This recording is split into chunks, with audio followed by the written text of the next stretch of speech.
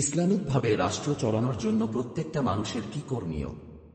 ইসলামের নির্দেশনা অনুসারে একটি রাষ্ট্র পরিচালিত হলে তা ন্যায়, ইনসাফ এবং সামাজিক কল্যাণ নিশ্চিত করার জন্য কাজ করে। ইসলামিক রাষ্ট্র গঠনে প্রত্যেক ব্যক্তির গুরুত্বপূর্ণ ভূমিকা রয়েছে। এজন্য নিম্নলিখিত দিকগুলো অনুসরণ করা যেতে পারে।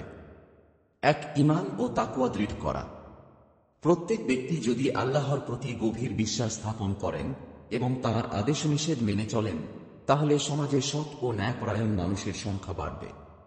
এর ফলে ইসলামিক মূল্যবোধ সমাজে প্রতিষ্ঠিত হবে। ২. ইসলামিক শিক্ষার প্রচার ও প্রসার। ইসলামের মৌলিক শিক্ষা যেমন কুরআন ও সুন্নাহর নির্দেশনা অনুযায়ী জীবনযাপন করা, শিক্ষা ব্যবস্থায় ইসলামিক মূল্যবোধ অন্তর্ভুক্ত করা এবং নবীন প্রজন্মকে নৈতিক শিক্ষা দেওয়া। ৩. ন্যায়বিচার প্রতিষ্ঠায় অবদান রাখা। প্রতিটি ব্যক্তিকে নিজ নিজ স্তরে ইনসাফ চর্চা করতে হবে।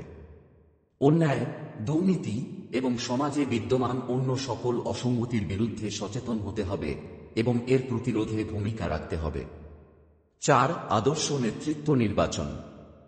এমন নেতা নির্বাচিত করতে হবে যিনি ইসলামী নীতিমালা মেনে রাষ্ট্র পরিচালনা করবেন, ব্যক্তিস্বার্থের বদলে জনস্বার্থ ও আল্লাহর সন্তুষ্টি অর্জনকে অগ্রাধিকার দেবেন। ৫. সমাজে একতা ও ভ্রাতৃত্ব বজায় রাখা। মুসলিম উম্মাহর মধ্যে ঐক্য গড়ে তোলা, বিভেদ পরিহার করা। অন্য ধর্মের মানুষদের সঙ্গেও ন্যায় ও মানবিক আচরণ বজায় রাখা।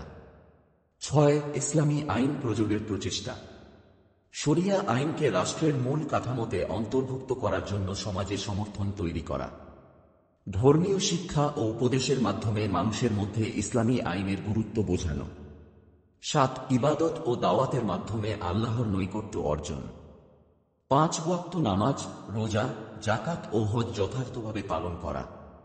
দাওয়াত ও তাবলীগের মাধ্যমে ইসলামী জীবন ব্যবস্থা মানুষের কাছে পৌঁছে দেওয়া। ৮. পরোপকার ও সামাজিক কল্যাণে অংশগ্রহণ। দরিদ্র, অসহায় এবং পিছিয়ে পড়া মানুষদের সাহায্য করা। সমাজে শান্তি ও নিরাপত্তা বজায় রাখতে সহযোগিতা করা। ৯.